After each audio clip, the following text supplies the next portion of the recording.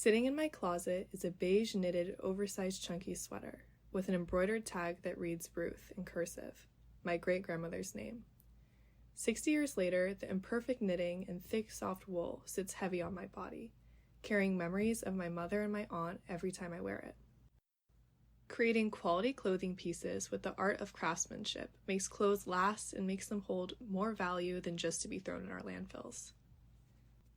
Fast fashion has turned clothing into a disposable good, and it's filling our landfills and oceans with plastic waste at a staggering rate. But the fix isn't simply more bans or mandates. It's rebuilding how Americans think, creating a culture around durability, craftsmanship, and secondhand markets, tools that work with people, not against them.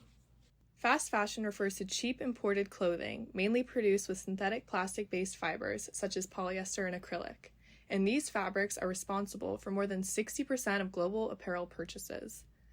Throwaway culture and overconsumption, both fueled by social media, have pushed people to buy 60% more than they used to, while wearing each piece for half as long.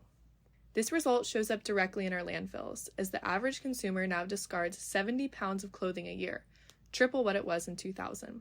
Moreover, the environmental consequences last way longer than the trends do, with synthetic fibers taking anywhere from 20 to 200 years to decompose, with natural fibers decomposing in weeks. Natural fibers and higher quality fabrics still take energy to produce, and still carry environmental costs from land and water use, but their durability and longevity offset those costs. Furthermore, they do not contribute to plastic waste. Synthetics aren't inherently bad either.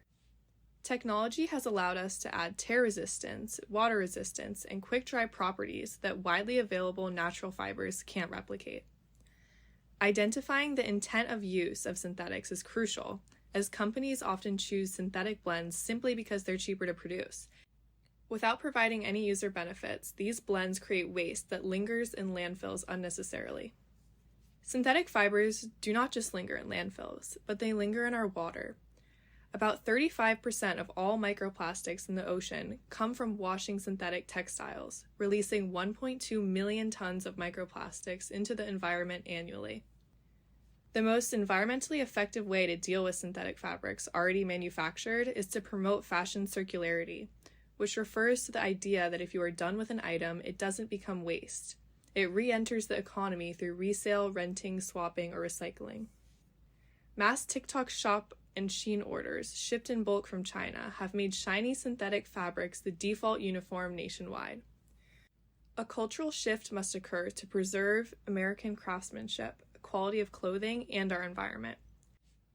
Durability and secondhand markets are conservation tools that outperform recycling mandates or fast fashion bans because they work with consumer incentives, not against them. Americans must shift from focusing on quantity to focusing on quality and longevity, working hand in hand with the desire to save money and own something well made. Price per wear is a key idea when discussing fast fashion markets. A $5 fast fashion shirt worn once costs more than a $50 higher quality shirt worn over 100 times. Investing in higher quality clothing, shopping secondhand, and reading fabric composition on tags to gauge a garment's value and environmental impact are practices anyone can build into daily life. Craftsmanship once defined American clothing. Garments were built with reinforced seams, durable natural fibers, and thoughtful construction that allowed them to be repaired instead of discarded. The beauty of clothes wearing in is disappearing.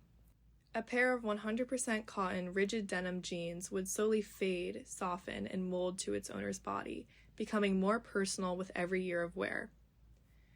Fast fashion has traded this legacy for speed, producing garments designed to be replaced after only a handful of wears, and losing the aspect of careful craftsmanship America's clothing industry was built upon.